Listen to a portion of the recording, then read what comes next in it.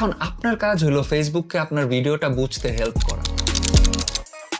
Algorithm শব্দটা শুনলেই অনেকেই ভয় পেয়ে যান, মনে করেন যে এটা কোনো জটিল একটা জিনিস যেটা শুধু জিনিয়াসরাই বোঝে। না, আমি আপনাকে একদম সহজভাবে বলতেছি। ফেসবুকের অ্যালগরিদম হলো একজন ঘটকের মতো। আমাদের দেশে ঘটক কিভাবে কাজ করে, সে দুই দিকের খবরই রাখে। একদিকে পাত্রীর পরিবার, তারা কি চায়, কি পছন্দ করে, অন্যদিকে পাত্রের পরিবার, তারা কেমন, তারাও বা কি চায়, এইসব খুঁটিনাটি।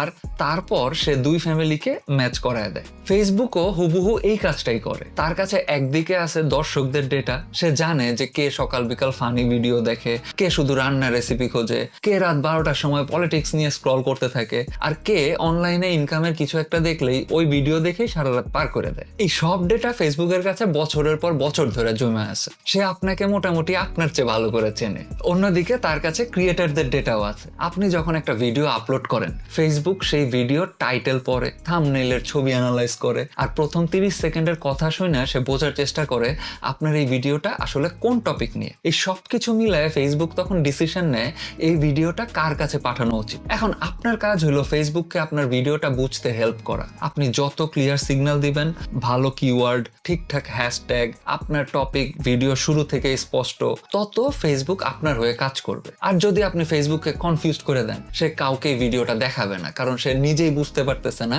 এটা আসলে কার জন্য।